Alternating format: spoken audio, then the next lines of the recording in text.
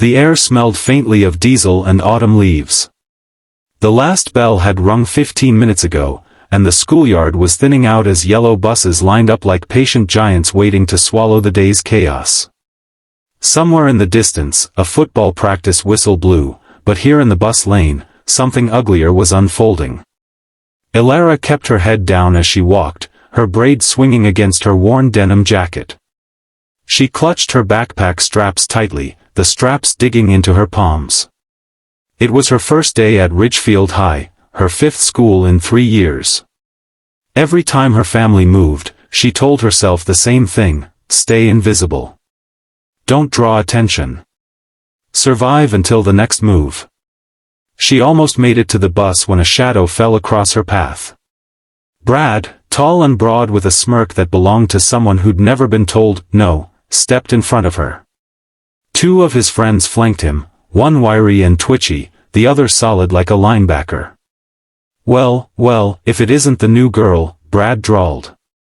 "Heard you're from, where was it?" "Oh yeah, nowhere." Elara didn't answer. Silence had always been her shield. But Brad didn't like shields. In one swift, practiced motion, he grabbed her braid and yanked it hard.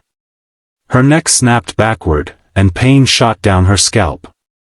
She stumbled, her eyes watering, but the pain wasn't what froze her. It was the memory. She was back in that alley in her old neighborhood. Her brother crying. That man, the one with liquor on his breath, grabbing her just like this, yanking her hair to force her to look at him.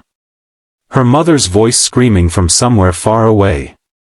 The helplessness. The rage. The vow she'd made afterward, never again. Brad laughed, twisting her hair tighter. "What's the matter, freak? Gonna cry? Maybe scream for mommy?" His friend snickered, one pulling out his phone to record. Elara's vision cleared, and the world snapped back into focus. The buses. The students watching from a safe distance. Brad's hand in her hair, his arm within reach. She didn't think, she acted. Her right hand shot up, gripping his wrist. Her left hand pressed against his elbow. In one sharp, precise movement, a move she'd practiced thousands of times in a dimly lit martial arts gym, she twisted. There was a sickening pop. Brad's scream tore through the air, echoing off the bus windows. He stumbled back, clutching his arm, his eyes wide with shock and pain. The phone clattered to the pavement. Gasps rippled through the crowd. Some kids backed away like she'd just set off an explosion. Others looked at her with wide-eyed awe. Elara didn't wait for applause.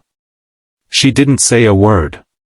She picked up her backpack and walked toward the buses, her braid swinging like a quiet declaration: "I am not prey." If you've ever been in a moment where the world felt against you, where you had to choose between breaking or standing, you'll know exactly what Elara felt in that moment. And here at Soul Touch Stories, we share these moments because they remind us of the strength we forget we have. If you're new here, subscribe now so you don't miss the stories that might just give you the courage for your own turning point. By the next morning, Elara's name was everywhere. In the cafeteria, in whispered hallway conversations, even in the bathrooms. Rumors twisted what happened. In some versions she'd broken Brad's arm in 3 places, in others, she was some kind of trained assassin. Principal Harper called her into his office before first period. The man's office smelled faintly of old coffee and lemon polish. He leaned forward, fingers steepled. "You know, Elara, we don't condone violence here." She met his gaze, her voice steady. "And I don't condone having my hair yanked and being humiliated in front of the whole school." His eyes softened, just for a second. "You're new. People react to what they don't understand. Give it time." But Elara knew better. Time didn't erase cruelty. It only gave it more chances to find you. The stares followed her all day, some curious, some hostile. Brad's friends didn't bother hiding theirs. She caught them whispering in the corner of the cafeteria, eyes locked on her like hunters tracking prey. That's when Jenna appeared. She slid her tray onto the table across from Alara. The girl's hoodie was faded and fraying, her hair messy like she'd given up trying to tame it. "I saw what you did yesterday," Jenna said quietly. Alara braced herself. "If you're here to tell me I'm a psycho." Jenna shook her head. "No. I'm here to say, thank you. Brad's been making my life miserable for 2 years. No one's ever stood up to him before." Something in Alara shifted. This wasn't about her anymore.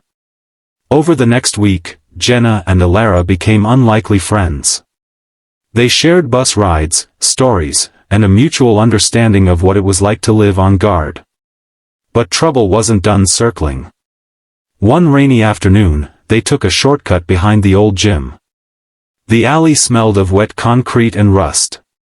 That's where Brad's 2 friends stepped out, one gripping a baseball bat, the other holding up his phone. "You think you can humiliate us and just walk away?" that guy snarled. Jenna froze, her breath quick and shallow. Alara stepped forward, voice low but unwavering. "I didn't start this. But I'll finish it." The bat swung. Alara sidestepped, catching it mid-arc, wrenching it from his hands with a twist that sent him stumbling. She tossed it into a puddle. The other lunged, and she used his momentum to send him sprawling into the mud. She didn't hit them. She didn't need to. Her stance, her eyes, they said enough. That night, Jenna asked her, "How do you not get scared?" Alara's smile was small, almost sad. "I do get scared.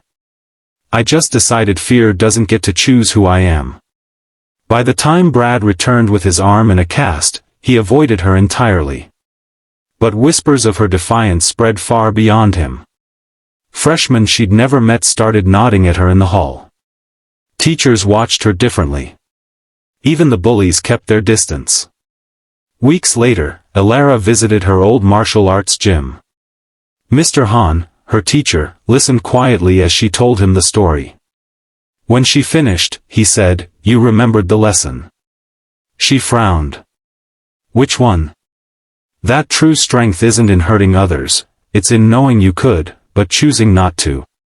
Back at school, she and Jenna sat on the front steps, watching the buses roll away in the warm spring light. For the first time since arriving, Alara felt like she wasn't just surviving here. She was changing something. And if you've been here for Alara's journey, you already know, standing up for yourself doesn't always mean fighting. Sometimes, it's simply refusing to let cruelty decide your story. If this moved you, go ahead and like, comment, and subscribe to Soul Touch Stories, because the stories we tell here might be the spark someone else is waiting for. Months later, a small, hunched girl walked into Ridgefield High. Alara spotted her instantly, saw the way a group of boys began closing in. Without hesitation, she walked over and put herself between them and the girl. "You can walk with me," she said softly. The boys stepped back without a word. No fight. No shouts. Just quiet respect. Because courage is contagious. And sometimes, the most powerful thing you can do is make sure no one else has to fight the same battle alone.